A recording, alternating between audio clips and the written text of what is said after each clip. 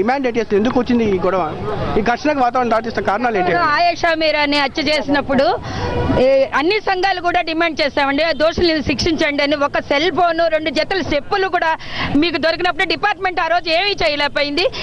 అది ఆయేషా మీరా తల్లి చెప్పుతుంది ఒక మినిస్టర్ మనవడని. ఈ ఎన్కౌంటర్ వాళ్ళని ఎందుకు చేయలేదని మేము నిలదీస్తున్నామండి. ఇది ఆ రోజే వాళ్ళు చేస్తే ఈ రోజు ఇంకొక 5 కుటుంబాలు బాధపడవు కదా.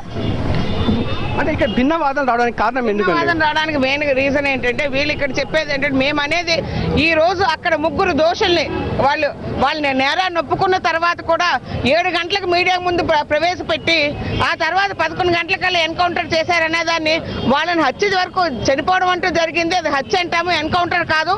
ఇది కేవలం రాష్ట్ర ప్రభుత్వం తన వైఫల్యాల మీద ప్రజల దృష్టిని దారి తప్పించడానికి కోసం దీనికి ఎన్కౌంటర్ అనేది ఇచ్చింది. వీళ్ళు హత్య చేయడం వరకు సమర్థిస్తాం. ఎందుకంటే ప్రభుత్వాలు ఇప్పటికైనా కన్ను తెరిచి ఎప్పుడైతే మహిళల మీద దాడులు చేసేవాళ్ళు వెంటనే శిక్షించే విధంగా చట్టాల మార్పులు తేవాలి. ఇది ముమ్మాటికే ప్రభుత్వం